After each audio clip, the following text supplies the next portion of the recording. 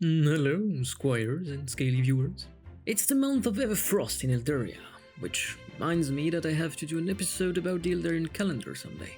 And I like the idea to associate this month, marked by the peak of winter, with a theme for my tales. And this year, I thought I'd start with something simple but powerful: dragons. That's right. This tale and the next two will be about dragon-related stories or people. I completely understand if you don't like the creature in itself, but needn't worry. I'll talk less about the winged predators and more about their legacy to this day. So, let's do this. And we shall start with the last flying city in Elderia, Kaer'Drakar. Warning, I have never had the chance of setting foot in this city. Therefore, the entirety of this tale is a patchwork of stories I was told by former residents, writings I read in libraries that might be completely biased, and the occasional urban legend. If you were to set foot in the city, you will be greeted by 4 districts. The Drakebreath Enclave. It is the city's military district, home to various barracks and other breeding grounds for the army mounts, like drakes, worms, and sometimes dragons. The enclave is a highly secure area. Only members of the upper caste are allowed to enter. In the heart of the city, the hope of the Platinum Dragon. This area is home to the grand residences of the noble families and the royal palace, known as the Steel Claw. Then, on the outskirts of the Hope of the Platinum Dragon is the Draconic Terrace. There is the gathering place for regular residents and middle-class dragonkin. Full of houses and shops, it is the place of residence for any tourist or diplomat seeking to discover Kaer'Drakar. Finally, on the outskirts, you will find the Scourge's Flight. This is the city's artisan hub.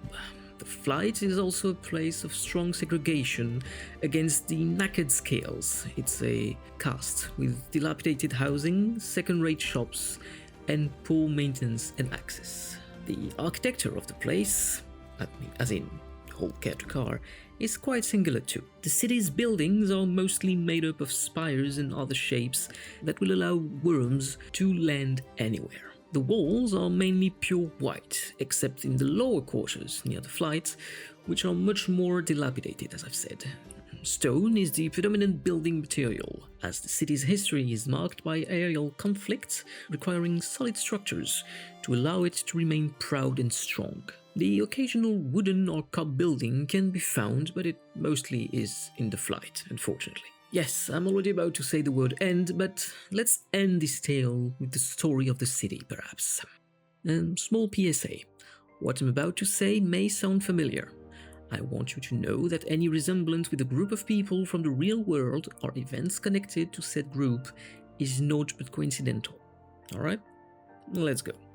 The city was founded in 1053 AEP, which was approximately 2,570 years ago. To this day, I think that it makes Kaer'Drakar the oldest city standing in Elderia. Please, add some brackets on standing. In the middle of the Age of Creation, the people of Elderia started to colonize these flying rocks hovering over the world. First species to successfully get to one? You guessed it, the bird folks. Yeah, we're going to talk about dragonkin, and I mentioned feathered people, but you have to know, it was easier for them to conquer the floating areas because, well, they have wings. But the dragonkin, they were second in that race to the skies. Their success was mostly based on their ability to connect with other scaly winged creatures, like worms and dragons. 12 major cities were founded in the skies, Kaer'Drakar being but one of them. Its citizens enjoyed a relative tranquility for the following 500 years after the foundation. This city was governed by an oligarchy of families, each one representing every race of the dragonkin. The whole chromatic spectrum, almost the entirety of the metallic collection, and veins of gem dragonkin too. The only ones missing to call were the platinum dragonkin, which is explained in the most simple way possible. There were none of them at the time. This ruling council managed to maintain peace and prosperity in the city the whole time. Everyone was treated equally and fairly, until the scaled uprising.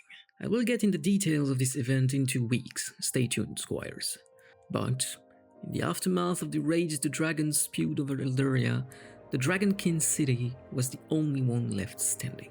Some say that it is because they made a deal with the dragons, others because they fought bravely.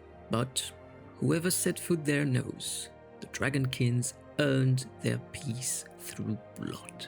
When the ashes of the world settled in the sky, Kaer'Drakar, nearly ravaged by the civil war opposing those who wanted to join the dragons and those who wanted to protect the other cities, moved from a respected oligarchy to an actual monarchy, ruled by the Bahamtosh family, the first Platinum Dragonkin lineage, heirs to the Platinum Wings, one of the Dragonkin heroes and saviors of the city. With the rise of the Bahamtosh rose another issue: segregation. Because the chromatic families aligned themselves with the dragons, and because the dragons turned out to be the losers of the war for the skies, Gems and Metallic decided to have the chromatic treated as outcasts. Not banished from the city, they are still of the same species and Dragonkin have a twisted sense of honor, but still relegated to the outskirts and edges of the city. For hundreds of years, the chromatics and their sympathizers, renamed the Knackered Scales, were left with nothing but scraps, disdain, and condescension from the ruling classes. About 80 years ago,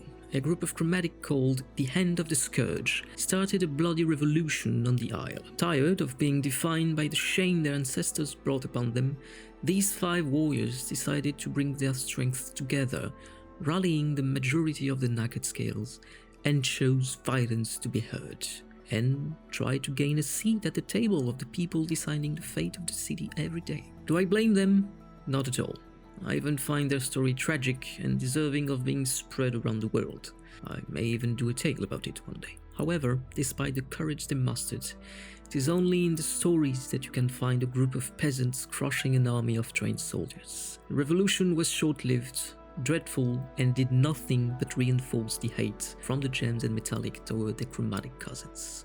Anyway, as sad as this story may seem, Kaer'Drakar is a place of history, power and pride. I can but only dream to receive an invitation for going there one day. Wherever it is right now, actually. I've been told that it is currently flying over Valonqar. Something about the Hand of a Scourge having escaped from the prisons of the city. That may be worth investigating. It was the Knight from Elderia, presenting Kaer'Drakar. Happy to serve.